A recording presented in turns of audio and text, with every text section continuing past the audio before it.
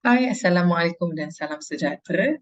Jadi hari ini kita akan sambung dengan topik iaitu berkenaan dengan classification atau kita panggil sebagai pengelasan. Okey. So soalan saya yang pertama, what is classification? Apakah yang dimaksudkan dengan pengelasan? Okey. So pengelasan ni, kalau kita boleh tengok dekat bawah ni, okey. Kalau kita boleh tengok dekat bawah ni, dia bagi satu skematik ilustrasi lah.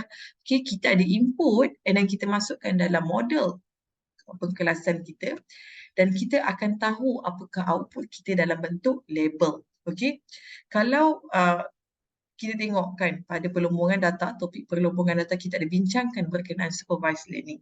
Okay, so supervised learning ada dua, satu classification, satu regression. Satu pengkelasan, satu regresi. So pengkelasan lebih kepada kita nak menentukan dia punya kategori bagi data dia. Okay, so sebagai contohnya, okay, mungkin kita boleh baca dulu, okay, apakah yang dimaksudkan dengan pengkelasan ni. So pengkelasan model ni adalah abstract representation of the relationship between attribute set and the class label. Maksudnya kita nak tahu apakah kaitan di antara attribute, maksudnya data-data kita, okay, kolom-kolom kita yang ada dengan label yang kita nak predict. Okay, sama ada label ni dia boleh jadi sama ada ya ataupun tidak. Dia boleh jadi anything. Okay, jangan risau, penerangan lebih lanjut akan menyusul kemudian. Okey, yang saya boleh skip dulu. Okey. So sebagai contoh, okey kita pergi kat sini lah. Okey. So classification task contohnya kita nak kategorikan message kita. Spam ke tak spam? So macam mana kita nak check dia spam ke tak spam adalah kita extractkan message header dengan content. So attribute yang menentukan dia spam ataupun tidak adalah daripada message header dan content. Okey. So kalau untuk identifying tumor cells, untuk kita check dia ni melainan ke benign, kita check dia daripada features yang kita extract daripada X-ray tu ataupun MRI. It can be anything, macam mungkin detect in terms of number of spot ke, apa ke kan. So biasanya yang menentukan Y ni adalah features tu. Okay. Features mungkin saya boleh highlight balik. Okay. Yang ni kita ada header dengan content of email. Yang ni features yang kita extract. Yang ni features jugalah kan. Sebab untuk kategori galaxies, kita ada features juga. So kita boleh kategorikan dia, kita boleh kelaskan dia kepada beberapa kelas. Okay. Okay, ni sebagai contoh, kita nak predict kelas dia. No. Okay, nak predict kelas no ke yes. So ini yang kita train dia, kita latih dia di sini. Jadi bila kita hantar ke sini, okay, model kita dah complete, model ni kat sini kita belajar, kat sini kita dah complete. So bila kita apply model ni, kita akan tahu. Bila no, small, attribute dia 55K, so apa kelas dia? Kalau untuk nombor 12 ni, apa kelas dia? Nombor 15, apa kelas dia? So kita berdasarkan data yang kita telah train di atas, kalau tengok ni, no, small 55K, ada ke yang sama? Tak ada, yang paling dekat pun yang ni. So mungkin yes, kan? Maksudnya dia bukan data yang sama, dia data yang ada pattern sebenarnya dalam ni. Tapi hidden pattern yang di mana kita akan keluarkan dalam bentuk macam ni. Kita dapat tahu apakah kelas-kelas dia yang terlibat. Okay, so inilah general framework dia. Okay, general framework of the classification. Okay, so in terms of teknik untuk klasifikasi, untuk pengkelasan kita ada banyak. Kita ada decision tree, kita ada rule based, memory based, neural network or deep learning. Kan dah nampak dah sikit term-term AI dia tu, neural network and deep learning.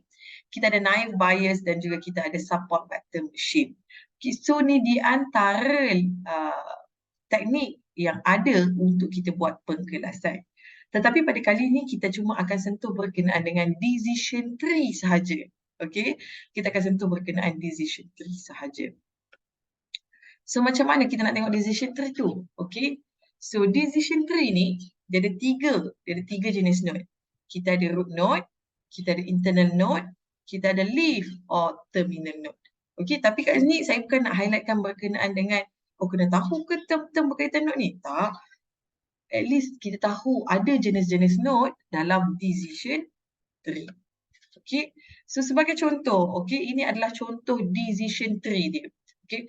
So root node dia. Okay. So kita given, okay, kita first kali benda yang kita akan check adalah body temperature. So kalau body temperature dia cold, straight away dia adalah non-mammals. Okay, kalau tengok kat sini, saya tulis lagi leaf node. Leaf node ni bila dia tak ada anak, dia tak ada sambung anak panah ke bawah. So bila tak ada anak panah ke bawah, kita panggil dia sebagai leaf node. Internal node bila dia ada anak panah masuk dan anak panah keluar, itu kita panggil sebagai internal node. Root node ni kalau dia ada anak panah keluar sahaja. So itulah anak panah keluar. So mungkin kalau kita boleh sentuh sikit, okay, tadi kita dah sebut berkenaan dengan decision tree punya node. So cara kita nak fahamkan berkenaan decision tree ni, apa kaitan dia, macam mana kita nak predict the class, macam mana kita nak menentukan kelas-kelas dia, kategori dia apa. Jadi kita gunakan kat sini, okay, body temperature dia. So kolom yang pertama, assuming kita punya data kita macam ni. Okay, so kita ada data kita, okay. So kolom yang pertama adalah body temperature.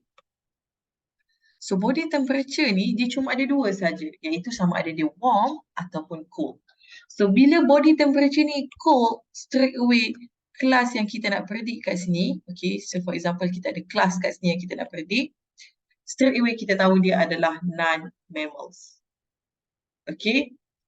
Tetapi kalau dia warm, okay, body temperature dia warm, so kita kena tengok sama ada dia give birth ke tidak. Okay, give birth ke tidak. So kalau dia give birth dia equal to yes, okay, equal to yes, maka dia akan jadi mammals. Tetapi kalau body temperature dia warm dan dia tidak beranak, no, so dia adalah non-mammals. Okay, so ini adalah contoh decision tree yang telah dihasilkan menggunakan data yang telah dilatih pada yang sebelum ni. Okay, mungkin kita boleh kembali balik sebagai contoh. Saya boleh kembali balik kepada sini. Kejap Okay, so dekat sini sebenarnya kita dah latih dia dekat sini. Okay, so kita ada attribute 1, attribute 2, attribute 3. Kelas inilah yang menentukan sama ada dia mamalia ataupun bukan mamalia. Jadi bila kita masukkan dia kepada test data, so given attribute 1, attribute 2, kita dah boleh tahu dah kelas dia apa. Kalau contoh kat sini kita ada attribute sampai 3. Andai kata attribute 3 tu memberi kesan kepada kelas, maka dia akan termasuk dalam kita punya decision tree. Okay, so kalau tengok dekat sini, kan kita ada general framework. General framework ni yang saya kata walaupun dekat belakang ni kan, kita skip tadi sebab saya nak kembali balik kepada sini. Itu kita tengok untuk decision tree. Adakah dia follow framework ni? Mula-mula dia assign labels to unlabeled data. Betul? Sebab dia predict adakah mamalia ke tak mamalia. Okay? Bukan first. Maksudnya pengkelasan ni adalah task untuk assign labels to unlabeled data. Okay, betul. Yang kedua dia kata classifier describe in terms of a model. So dalam ni kita guna model kita adalah decision tree. Okay, dan model is created using given a set of instances based on the training set. Betul. Sebab in order untuk kita keluarkan decision tree tu kita mesti ada training set. Okay. Dan systematic approach for learning classification model adalah kita panggil sebagai learning algorithm. Okay. So ini just term-term sajalah. Okay. So kita ada sebagai induction, kita ada sebagai deduction dan juga induction. So induction ni adalah algoritma yang kita guna tu untuk membina klasifikasi model. Tetapi kalau deduction ni bila kita nak apply model tu kepada test data. So kita ada dua, induction kita nak train the model, deduction kita nak apply the model. Okay. So dalam pengkelasan ni kita ada dua saja step dia. Induction or deduction. Induction kita train the model, deduction adalah kita apply the model. Okay. So saya harap semua jelas.